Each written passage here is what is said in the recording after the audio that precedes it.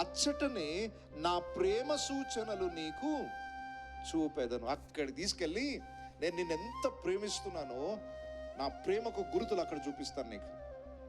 బాగా గమనించండి, చాలా లోతైన సత్యం ఇది. ఆత్మీయ జీవితంలో నీ జీవితం ఒక తోట అయితే ఆ తోటలోనికి వచ్చే గెస్ట్ ఎవరు, ఆ తోటకి చాలా విలువైన వ్యక్తి ఎవరు అని అంటే దేవుడు ఆ తోటలోనికి వస్తాడు. నీ తోటను బాగా సేద్యపరచుకుంటే నువ్వే వెళ్ళి ఆయన ఆహ్వానిస్తావు. ఇక్కడ షూలమీతి లోపలికి ఆహ్వానిస్తుంది అని అంటే చాలా చక్కగా తోటను అమర్చింది. ఫస్ట్ చాప్టర్లో చూస్తే నేను నా తోటను నిర్లక్ష్యం చేశాను అన్నది, కానీ ఆ తర్వాత తప్పుని గ్రహించి తన తోటను బాగు చేసుకొని ఫలవంతమైన నేలగా మార్చుకొని తన ప్రాణప్రియుడి కొరకు ఎదురు చూస్తుంది.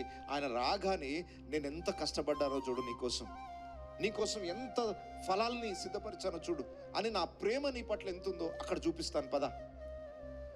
మన ప్రాణప్రియుడని యేసయ్య మనం చూసి ఎప్పుడు సంతోషిస్తాడంటే మనం బహుగా ఫలించడం ద్వారా మన పరలోకమందున్న తండ్రి మహిమపరచబడతాడు. నీ తోటను బాగా సేద్యపరచుకొని ఆ తోటను ఫలవంతంగా మార్చుకోగలిగితే ఆయనను మహిమపరిచినట్టు అవుతుంది.